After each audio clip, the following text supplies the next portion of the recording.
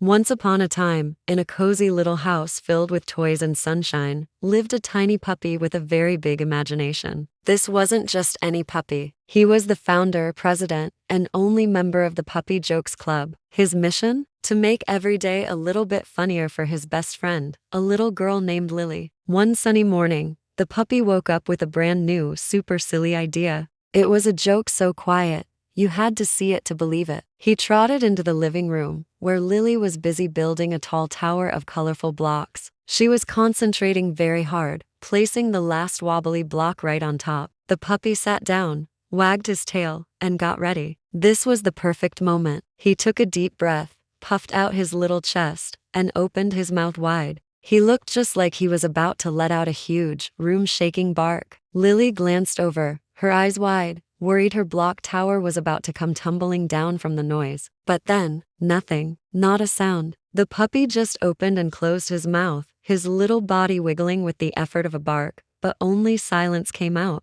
He did it again, a big, dramatic, completely silent woof. Lily blinked. She looked at her tower, still standing tall. She looked back at the puppy, who was now acting out the biggest, loudest bark in the world, all without making a single peep. A little thought bubble popped up over the puppy's head. Inside, it showed him wearing a tiny beret, like a French mime, silently trapped in a glass box. He pressed his paws against the imaginary walls, his silent barks echoing in his own mind. He was a master of silence, a maestro of mute. Lily couldn't help but giggle. It was the silliest thing she had ever seen. The puppy, seeing his plan was working, decided to take his silent show on the road. He tiptoed into the kitchen where Mom was reading the newspaper. He got right behind her chair, took another giant, theatrical breath, and let out his biggest silent bark yet. Mom didn't even look up from her paper. The puppy tried again, this time adding a little hop to his silent bark for extra drama. Still nothing. He frowned. His silent powers weren't working on Mom. A new thought bubble appeared.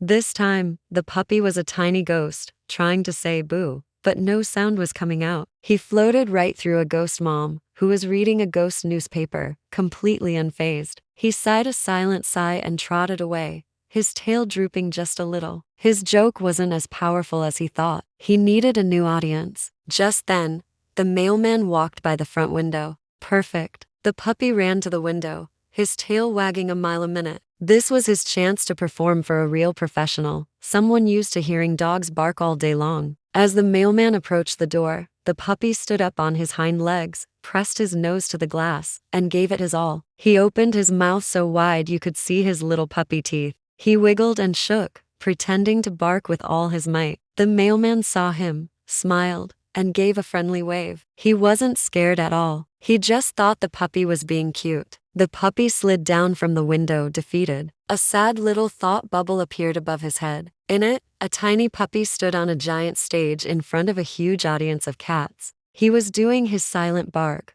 but the cats were all just yawning and looking at their watches. His big joke was a total flop. He walked back to the living room with his head down. Lily was still there, next to her block tower. When she saw his sad little face, she knelt down and gave him a gentle pat. "What's wrong, little guy?" she asked softly. "Was your silent bark not working?" The puppy looked up at her and let out a tiny, real-life yip. Lily smiled. "I thought it was the funniest joke ever," she said. And then, she did something surprising. She puffed out her cheeks, opened her mouth wide, and pretended to let out a huge, silent bark, just like him. She wiggled and shook, making a silly face. The puppy's tail started to wag again, slowly at first, and then faster and faster. He had found someone who understood his joke. A new thought bubble popped up. This one showed the puppy and Lily on a stage together, both wearing matching mime berets, performing their silent bark routine for a cheering crowd. He jumped up and licked her chin. Then,